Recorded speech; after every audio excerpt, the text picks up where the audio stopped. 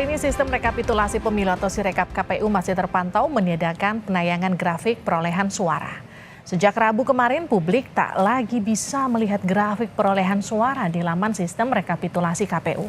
KPU beralasan saat penghentian diagram rekapitulasi untuk mencegah disinformasi. Namun tetap menampilkan hasil perolehan suara tetap dari unggahan foto asli formulir C.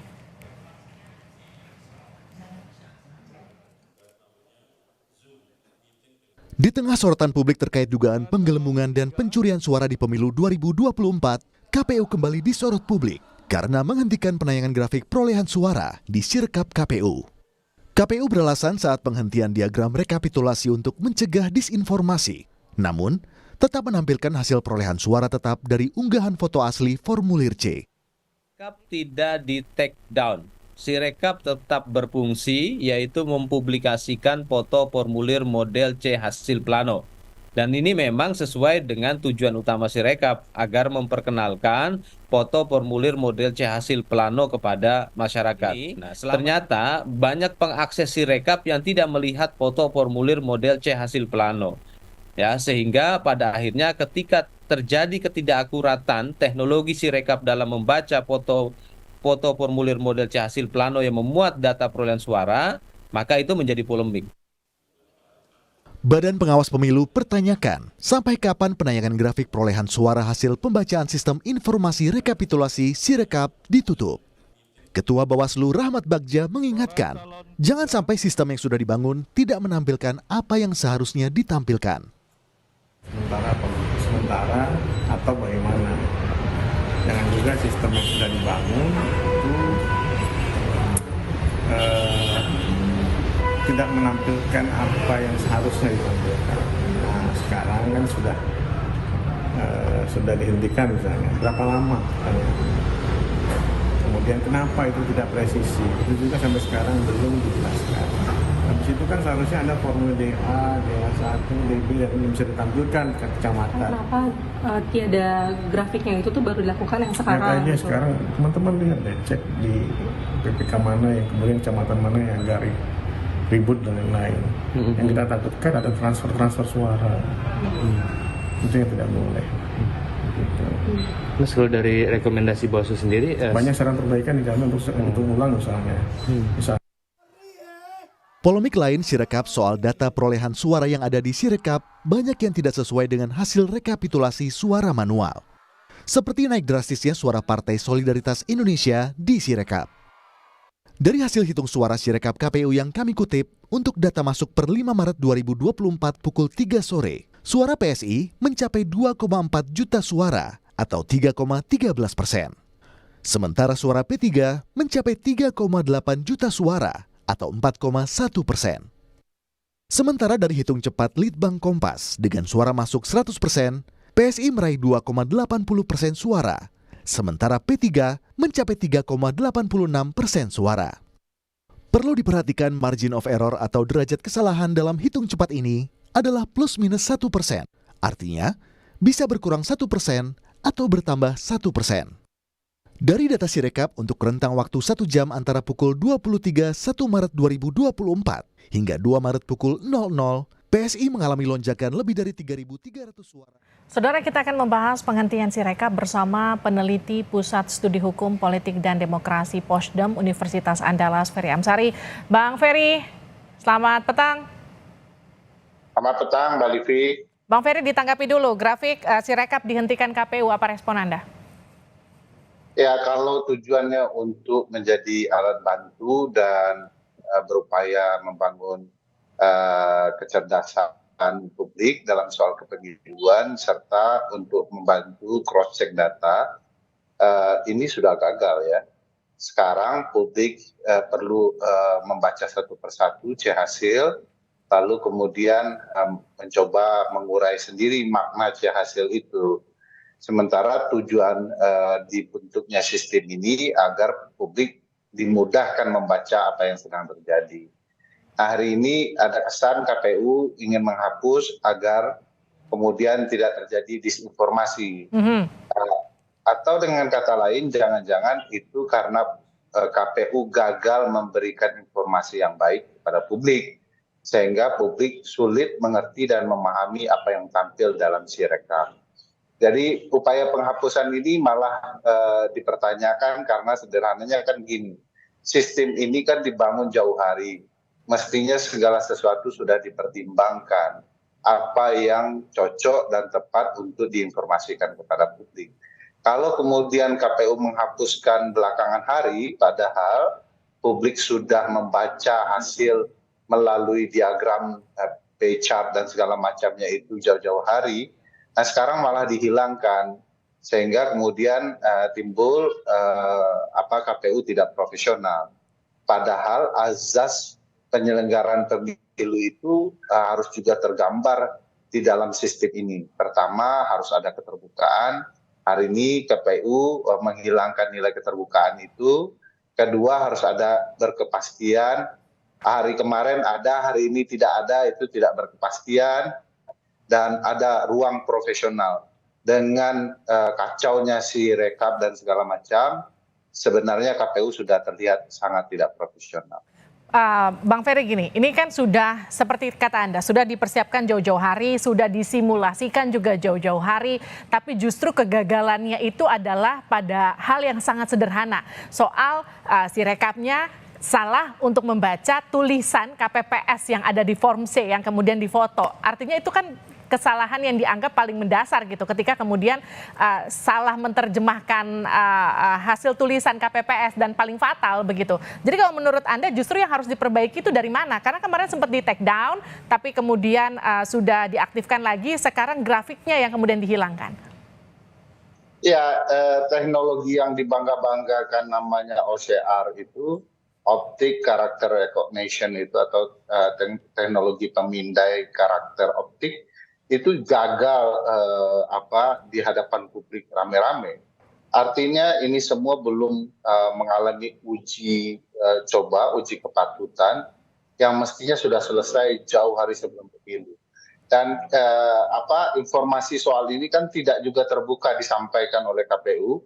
Bagaimana Sirekap itu bekerja, sehingga masukan publik tidak ada dan akhirnya terbukti sesuatu yang tidak terbuka, sesuatu yang tidak profesional, kemudian begitu di praktik lapangan gagal total, hancur lebur begitu seperti ini. Nah, ini saya tanyakan, baik, Bang Ferry, mohon izin saya potong. Saya akan sapa Bang Abimanyu, ini adalah ahli digital forensik. Pertanyaannya kurang lebih sama dengan pertanyaan untuk Bang Ferry tadi. Kesalahan mendasar ketika satu sistem yang digital begitu, tapi justru fungsi utamanya membaca tulisan dari form C itu justru tidak terlaksana, Pak Abimanyu. Jadi menurut Anda kegagalan sistemnya itu ada di mana? Oke, selamat sore ya, Mbak Liti dan Mas Ferry juga pemirsa. Jadi gini, saya ngelihatnya gini, bahwa kita bicara suatu sistem dulu, ini Sirekap diterapkan mendadak mulai tahun ini, yang mulai di pemerintah sekarang, dengan digadang-gadang bahwa dianggap lebih baik dari situng. Padahal kalau kita ngelihat Sirekap itu belum dianggap terbukti memang valid dan kemudian memang mempunyai keandalan yang lebih baik dari situng. Ini saja sudah suatu langkah yang salah, mengganti suatu sistem dengan satu metode yang juga berbeda dengan sistem yang lama, sementara sistem baru belum bisa dipertanggungjawabkan. Itu satu. Yang kedua, mengenai cara perekaman data yang digunakan di sini adalah kan yang merekam yang tadi merekam C1, ya, kemudian merekam tersebut itu dengan foto. Di mana kalau merekam foto dan kemudian fotonya itu dianggap kurang jelas, kita mempunyai kesempatan katanya untuk mengisi angka, ya di situ. Jadi angkanya umpamanya yang jadi nggak jelas itu dimasukkan. Itu tujuannya kalau OCR atau Optical Character Recognition yang dari si aplikasi tidak bisa mengenali ini angkanya sebenarnya dibuat berapa, maka kita bisa memasukkan manual. Hal ini saja sudah gampang. Jadi kalau ada keluar angka yang di-entry manual, kemudian sistem harus percaya yang mana, yang foto atau yang manual. Sedangkan kalau yang foto berdasarkan real dari kertas yang ada C1. Sedangkan kalau yang manual beneran berdasarkan input. Jadi kalau ternyata yang manual dengan yang difoto sudah berbeda, ini sudah ada satu kegamangan yang mana yang mau dipercaya. Ini akan membuat suatu diskrepensi. Ya. Nah kemudian metode yang diterapkan oleh Sirekap adalah yaitu menerapkan katanya kombinasi antara OCR, tadi Optical Character Recognition, dengan OMR, yaitu Optical Markup Recognition. Di mana kalau markup bukan suara markup, Optical Mark Recognition. Di mana modelnya kayak waktu kita SMA lah ya, kalau conteng-contengan gitu kita tanda-tandain pakai hitam-hitam itu yang untuk mark. Nah, mark itu dianggap lebih baik daripada OCR. Padahal metodenya kedua-duanya itu berjalan sendiri-sendiri, mempunyai keunggulan sendiri-sendiri. Dan kemudian kalau menggunakan OMR itu dianggap jadi lebih baik, ini KPU salah kaprah. Karena kita bicara tahun 2024, sejak tahun 2022 saja sudah ada teknologi baru untuk pembacaan dokumen namanya IDR, yaitu Intelligence Document Recognition. Itu jauh lebih pintar dan kemudian sudah berbasis Artificial Intelligence. Kenapa metode yang lebih baik, lebih canggih itu tidak digunakan, kemudian hanya menggunakan OMR dan OCR? Ini jadi satu tanda tanya, tetapi saya tidak bisa mau menyalahkan dulu, karena apa? Tetap bicara soal algoritma dan kemudian tetap suatu kesalahan-kesalahan data itu seberapa benar yang menuduh atau seberapa benar yang terjadi. Itu kan juga ada harusnya kita lihatnya secara fair lah dari dua sisi gitu. Jadi kalau menurut Anda kelemahannya itu ada di OCR atau justru di OMR seperti yang tadi Anda katakan, tapi nanti dijawabnya usai kumandang azan maghrib untuk wilayah Jakarta dan sekitarnya. Kita lanjutkan Sapa Indonesia Malam masih bersama dengan Bang Ferry Amsari dan juga Bang Abimanyu. Saya ke Bang Abimanyu. Jadi kalau tadi Anda katakan OCR, OMR, justru itu jadi kelemahan dari Sirekap, padahal itu justru digadang-gadang jadi keunggulan dari Sirekap begitu. Gini, Sirekap kalau dibilang unggul adalah dianggap unggul dari situng. Tetapi metode saya kan sudah berbeda. Situng berdasarkan dari hasil itu plano ya, hasil akumulasi. Sedangkan kalau Sirekap berdasarkan dari detail masing-masing C1, ya kan. Nah, di sini kita ngelihat dua konsep yang berbeda aja sudah salah. Gitu, kita nggak bisa memperbandingkan, itu satu. Kalau kita bilang kemudian kesalahan yang dibilang di sini sebagai kelemahan, antara dua nih, kelemahan konsep apa kelemahan pelaksanaan. Kalau kelemahan konsep itu kayaknya minim, sebetulnya konsep di sini ada dasar sudah bisa kalau diupayakan. Hanya saja kenapa ada teknologi secanggih IDR, kenapa tidak digunakan? Seberapa salahnya IDR itu sampai kemudian tidak mau dimanfaatkan sementara Sirekap menggadang-gadang suatu pembaruan, ya, itu satu. Yang kemudian kalau dibilang kesalahan, belum tentu sistemnya yang salah, bisa jadi sistem perekamannya yang dari daerah-daerah, dari masing-masing TPS ini yang kurang baik.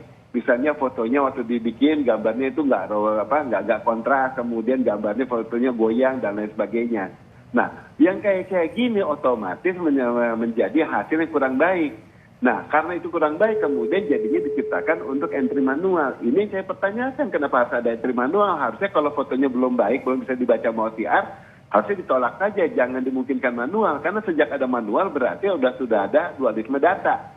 Ini otomatis akan menjadi pertanyaan publik dan kemudian kalau ada yang diskrepensi atau perbedaan angka, akan selalu dituduhkan. Dan yang menuduh pasti yang dirugikan, pihak yang dirugikan. Gitu. Saya ke Bang Ferry. Nggak bisa menganggap dianggap Sirekap yang lebih jelek, nggak begitu. Caranya kita lihat dari konsepnya dan kondisi-kondisi lapangan. Oke, saya ke Bang Ferry. Bang Ferry, jadi kalau penjelasan dari Bang Abimanyu artinya dari awal dari konsepnya aja udah salah. Harusnya ketika tidak bisa terbaca oleh sistem begitu, nggak usah diinput secara manual. Jadi terjadi disinformasi data. Jadi itu yang kemudian membuat ini sekarang menjadi semakin ramai. Jadi begini, dua upaya ini saling berkaitan untuk cek dan recheck informasi data di TPS. Satu, dia berbasis hitung manual berjenjang, satu foto sementara untuk rekapitulasi agar dia saling cross check mana yang tepat, mana yang salah. Ini juga bukan berarti Sirekap tidak bisa salah, pasti bisa salah, namanya juga buatan manusia. Tetapi ini dirancang untuk saling mengisi dan memastikan mana yang benar. Karena hitung manual berjenjang potensial disimpangkan, maka Sirekap harus muncul lebih cepat. Kalaupun Sirekap salah, manual berjenjang mampu membuktikan kebenaran fakta di lapangan. Itu tujuannya. Nah, masalahnya sistem ini dirancang secara teknologi dengan sesuatu dan banyak hal yang janggal. Contoh, Mbak Livi, itu per TPS kita kan cuma 300 suara. 6 suara cadangan. Kok bisa di dalam sistem Sirekap itu masuk angka 600, 700, 800. harusnya dibangun sistemnya Sirekap, tidak peduli itu OCR, OMR, yang jelas sistemnya menolak kalau dia lebih dari 300. Karena tidak masuk akal, pasti tertolak. Jadi supaya publik bisa cross dan menemukan di mana yang salah. Apakah kesalahannya sistem atau manusia? Begitu data manual berjenjang dan Sirekap muncul berbeda, maka akan ada upaya pihak-pihak, terutama peserta, untuk memastikan kebenaran sehingga mereka bisa memastikan juga proses perlindungan suara publik. Nah, yang terjadi kan begini ya, ada kesan sistem ini main-main saja dan tidak dipertanggungjawabkan. Logika sistem itu juga aneh dan janggal. Akhirnya KPU cuma minta maaf. Itu lebih parah lagi menurut saya. Seolah-olah ini biasa saja dan enteng mengatakan semua berbasis kepada hitung manual berjenjang. Kalau semua hal berbasis kepada hitung manual berjenjang, untuk apa teknologi ini? Habis-habisin duit. Teknologi ini dibentuk untuk cross-check manual berjenjang. Begitu juga sebaliknya, agar tidak terjadi main mata. Nah, ini masalahnya, kedua-duanya bermasalah. Satu, angkanya menggelembung tidak jelas. Satu, dapat dihentikan kapan saja. Jadi saya ke Bang Abimanyu. Jadi kalau kondisinya sekarang kan Sirekap ini salah baca berkali-kali sampai kemudian menyebabkan disinformasi dan harus ditutup grafiknya oleh KPU begitu. Yang jadi pertanyaan saya, solusinya sebetulnya masih bisakah diperbaiki? Artinya dicari problemnya ada di mana sehingga kemudian tidak lagi muncul salah baca, angkanya seperti yang tadi Bang Ferry katakan yang jumlah harusnya 306 menjadi 600 sekian begitu. Salah-salah baca itu masih bisa diperbaiki nggak sih sebetulnya?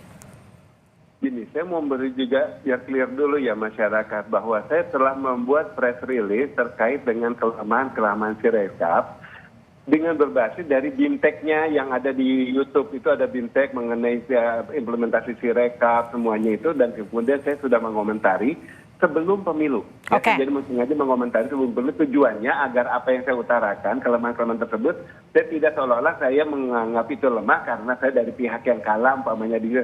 Saya nggak ada pihak yang kalah, saya golput kok, jujur aja sama semua orang, saya golput, waktu itu saya nggak milih sama sekali.